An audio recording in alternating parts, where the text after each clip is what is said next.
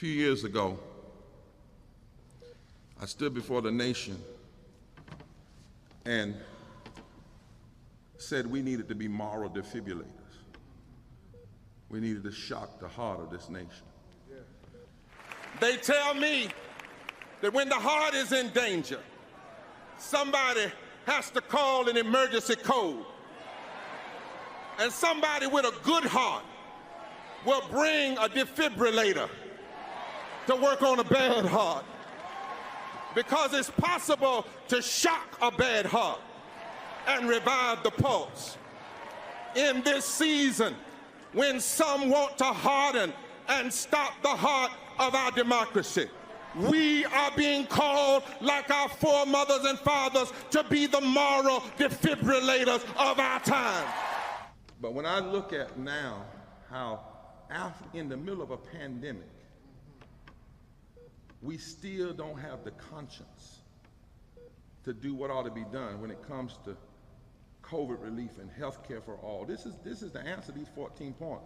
Raising the wage, updating the poverty measure, housing for all, federal jobs program for all, protect voting and civil rights, guarantee high quality public education, immigrant reform, immigrant justice, immigrant rights, fair taxes, using the executive orders. When we look at all these things, I'm convinced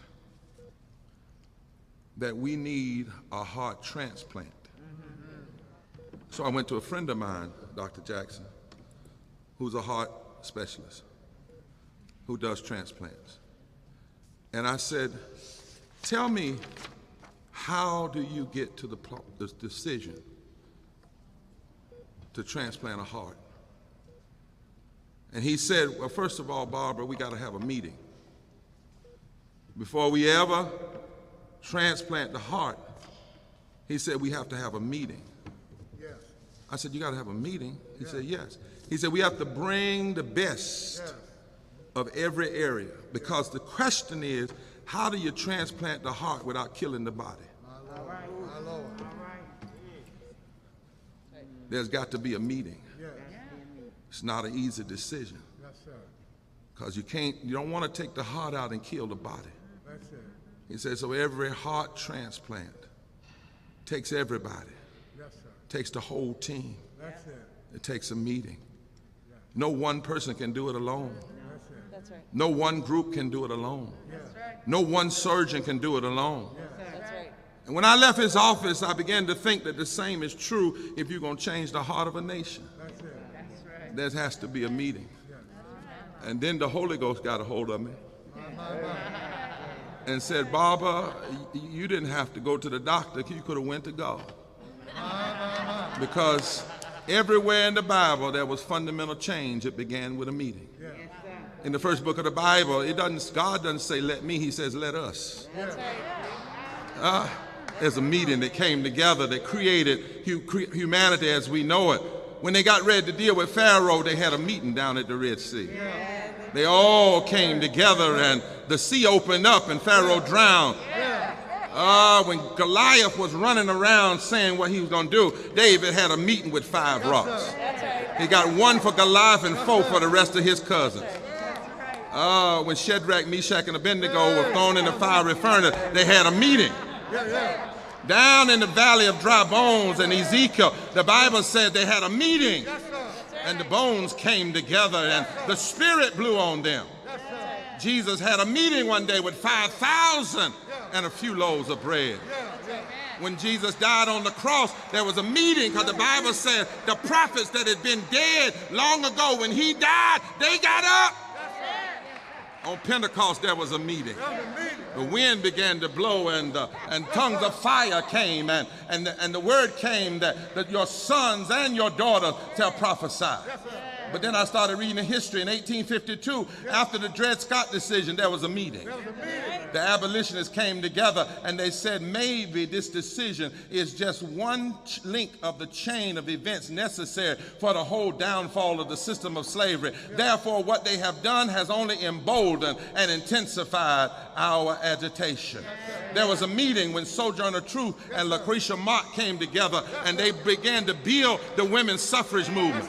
and they joined at Seneca Falls. There was a meeting when the social gospel movement came together, and they began to declare in the face of gross greed and industrialism that we could not turn away from the children. And they asked the question, what would Jesus do? In the 1920s, there was a meeting called the bonus marches, and folk came together to fight for fair wages, and that led to the New Deal, when black and white and Jewish civil rights lawyers had a meeting in the 1950s, and they decided to take down Jim Crow and to take down separate but equal. In Montgomery, they had a meeting. Martin Luther King and Rosa Parks, they had a meeting. Then in Selma, they had a meeting. At the Greensboro, at the lunch counter, they had a meeting. In Birmingham, they had a meeting. Started with 40 people, but by the time it was over, thousands had been arrested, and Bull Connor was brought down. Oh yes, oh yes, oh yes. When Cesar Chavez was alive, they had a meeting in California, and the workers marched and they fasted. Right now at Oak Flats, the Apache Nation is having a meeting, and all of these meetings changed the heart of the nation at that particular point. I just come by to declare that it's time on June 18th for us to have a meeting, for us to have a moral meeting, for us to have a meeting in the streets. Children got to be saved. It's time to have a meeting. Sick folk got to be healed. It's time to have a meeting. Low-wage workers got to be paid. It's time to have a meeting. Housing must be provided for all. It's time to have a meeting. The atmosphere must be saved. It's time to have a meeting. Indigenous people must be treated right. It's time to have a meeting. Voting rights must be expanded and protected. It's time to have a meeting. We're spending too much money trying to blow up the world rather than save the world. It's time to have a meeting. Too much religion is being used to push hate rather than love. It's time to have a meeting. We've got to change the heart of this nation. It's time to have a meeting. This nation needs a heart transplant. It's time to have a meeting. Are you all ready for the meeting? Are you ready for the meeting? Are you ready for the meeting? God said, if you will have a meeting, I'll show up. I'll bless you. I'll give you power. I'll strengthen you. I'll make you strong. I'll give you favor. I'll make you able to turn this country around. But first, you must have a meeting.